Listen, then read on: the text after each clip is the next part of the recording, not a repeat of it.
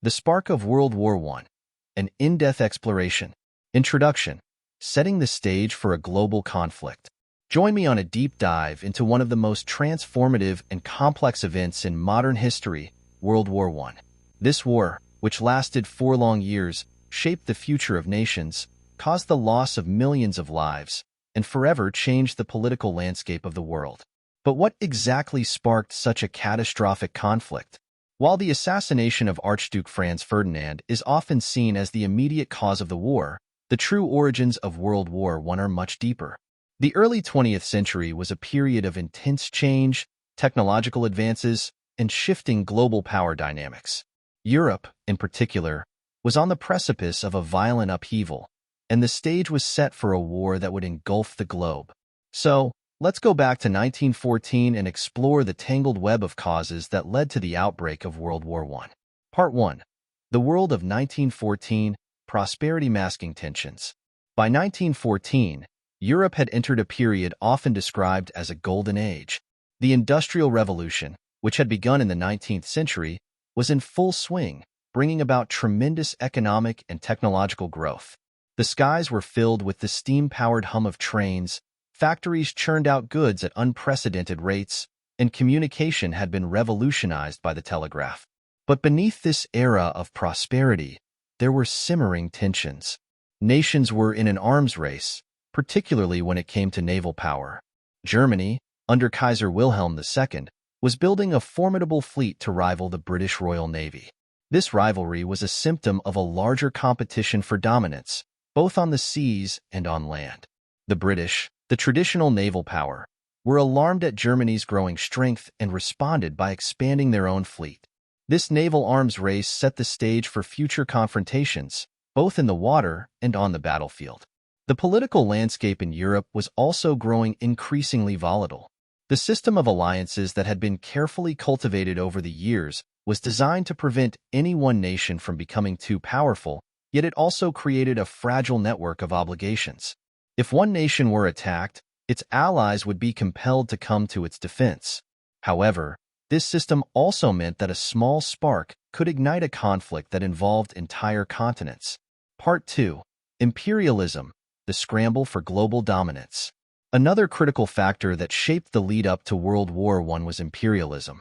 By 1914, European powers had divided much of Africa and Asia among themselves, seeking to expand their empires and gain access to valuable resources.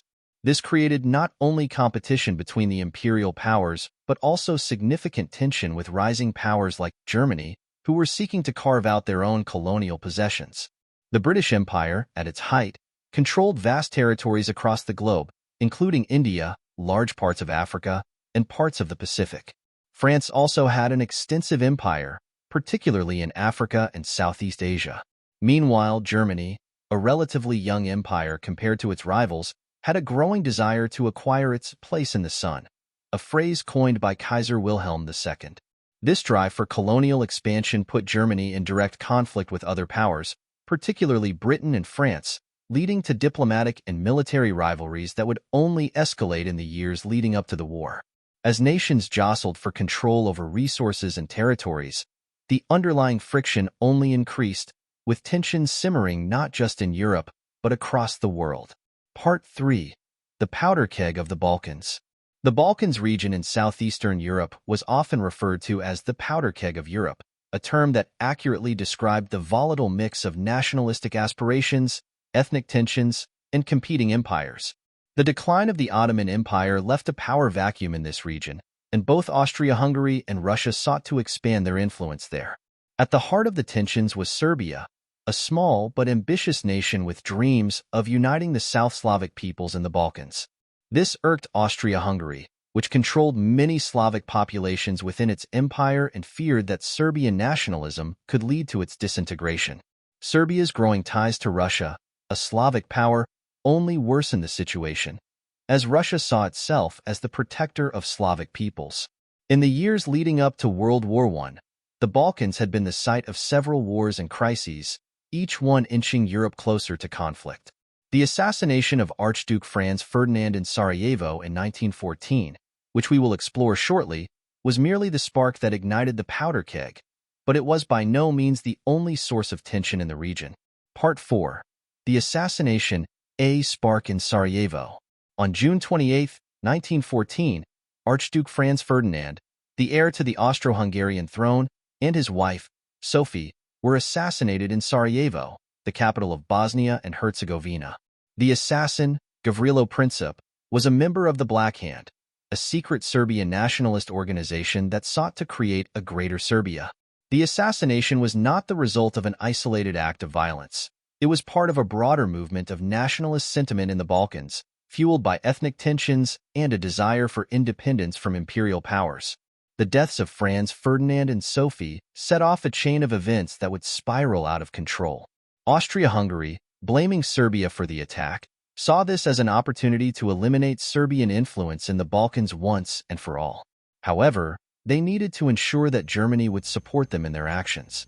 On July 5, 1914, Kaiser Wilhelm II of Germany issued the infamous blank check, guaranteeing unconditional support for Austria-Hungary in any military action it chose to take.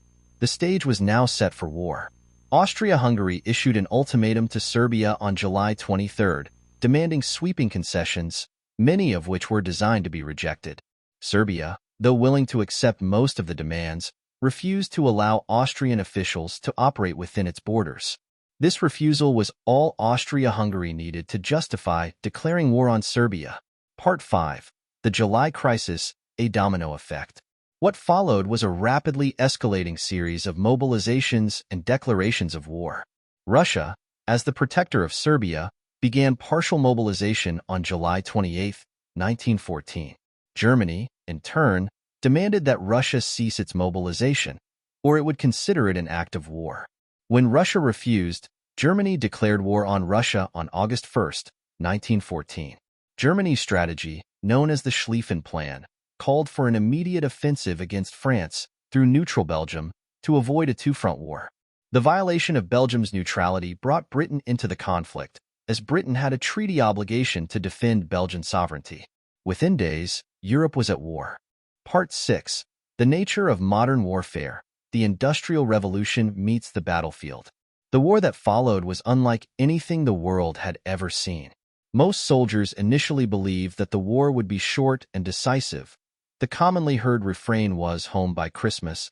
However, the reality of industrialized warfare was far more devastating.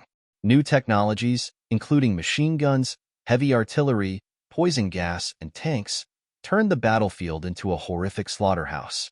The war quickly bogged down into trench warfare, especially on the Western Front, where soldiers endured horrific conditions, facing constant artillery bombardments, gas attacks, and the threat of death at every turn. This was no longer the romanticized vision of battle. It was industrialized destruction on a massive scale. Part 7. The Home Front, a changing world. Back home, the war had a profound impact on society. With millions of men heading to the front lines, women entered the workforce in unprecedented numbers, taking over jobs in factories, offices, and even on farms. Governments took control of industries, rationed food and supplies, and engaged in extensive propaganda campaigns to maintain public morale. This war also led to remarkable advancements in medical technology.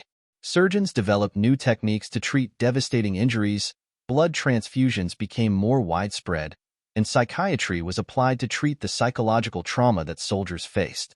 The war transformed not just the battlefield but society itself. Part 8. America enters the war, a turning point. By 1917, the war had reached a stalemate. The introduction of new American troops, combined with fresh innovations in tactics and technology, began to shift the balance. Germany's decision to resume unrestricted submarine warfare, attacking ships without warning, finally brought the United States into the war. The sinking of American vessels, combined with the infamous Zimmermann telegram, which proposed a German-Mexican alliance against the United States, ensured that America would join the conflict on the side of the Allies. The influx of American soldiers and material support proved crucial in breaking the deadlock. By 1918, Germany's allies began to crumble, and the home front was in turmoil. Revolution broke out in Germany, and the Kaiser was forced to abdicate. Part 9. The Legacy of World War I, a Changed World. When the war finally ended in November 1918, the consequences were far-reaching. The empires that had once dominated Europe, Germany, Austria-Hungary, Russia, and the Ottoman Empire, were all dismantled.